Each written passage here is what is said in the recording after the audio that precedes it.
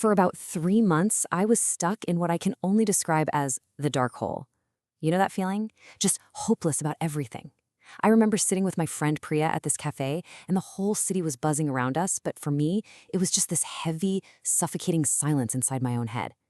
I was absolutely desperate for a way out, but it felt like every single path was blocked.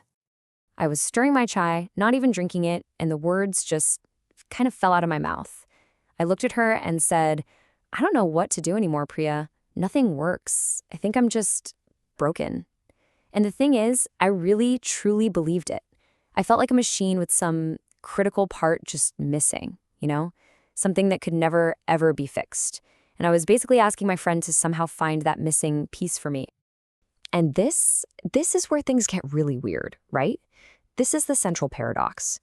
When you're at your absolute lowest and you're screaming for a lifeline, why do we so often slap away the very hands that are reaching out to help us? It's a question that totally confused my friend, and if I'm being honest, it confused me too. So Priya, being the amazing friend she is, she immediately snaps into problem-solving mode. But for every single suggestion she came up with, I threw up a roadblock. Why don't you see a therapist? Yes, but it's so expensive. Okay, let's go for a walk, get some exercise. Yes, but I'm just too exhausted. Talking to my husband, trying medication. Every single idea was met with a yes, but. I could literally see the frustration building in her eyes until she just snapped, "Anjali, you're not even trying." And you know what? She was right, but she was also wrong. Well, that conversation ended pretty badly. I left feeling even more hopeless, and she was left feeling guilty and totally confused. It actually took me a long, long time to figure out what was really going on. See, on the surface, it looked like I was asking for help. But underneath all that, on a deep psychological level, I was doing something else entirely. I wasn't looking for a fix. I was playing a very specific and very destructive game. Okay, so let's really dive into this because this is the key to everything. It's actually a well-known psychological pattern called the yes-but game. It's where one person, the helpless one, invites someone else to be the helper. But the secret goal, the one you don't even admit to yourself, isn't to solve the problem. The real goal is to shoot down every single solution to prove that your problem is in fact unsolvable. What's absolutely fascinating is how this game almost always unfolds in 5 predictable moves. First, you have the hook. That was my plea for help. Then you have the gimmick. That was Priya's natural, kind desire to fix things. The response? My constant stream of yes, but. Then comes the switch. This is where the power flips. Priya, the helper, gets frustrated and feels useless. Meanwhile, I, the victim, get to prove my point. See? Nobody can help me. And finally, you get the payoff. We both walk away feeling bad, but in a weirdly familiar way.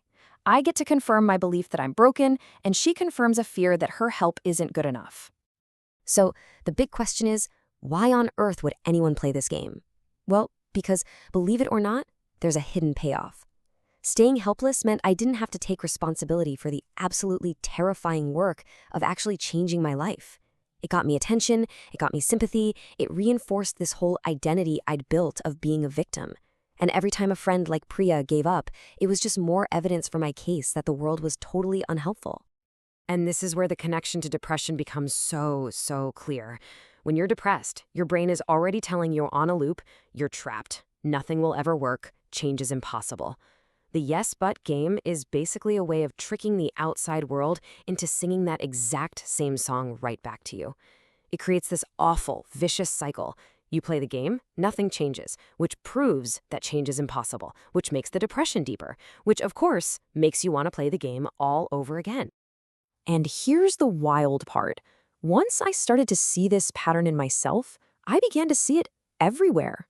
This isn't just about my own depression or one conversation in a cafe. This game is a fundamental human pattern, and it plays out in pretty much all aspects of our lives. I mean, you start to see this pattern everywhere, right? At work, it's that colleague who's always drowning, but rejects every suggestion to delegate or push back. In a marriage, it's the partner who complains they aren't understood but refuses to even consider counseling. With family, the classic, complaining about the in-laws, where every possible solution is shot down.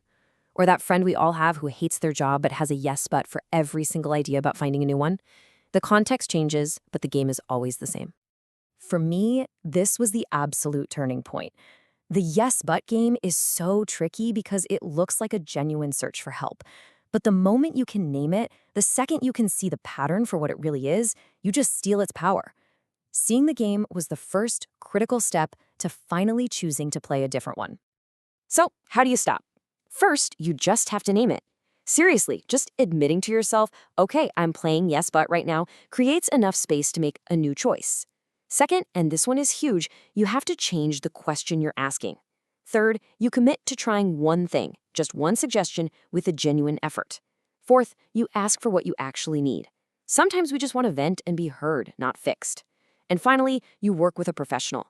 A good therapist is literally trained to spot this game and will refuse to play along. This right here was the heart of the internal shift for me. My entire life, my default setting was to look for all the reasons why something wouldn't work.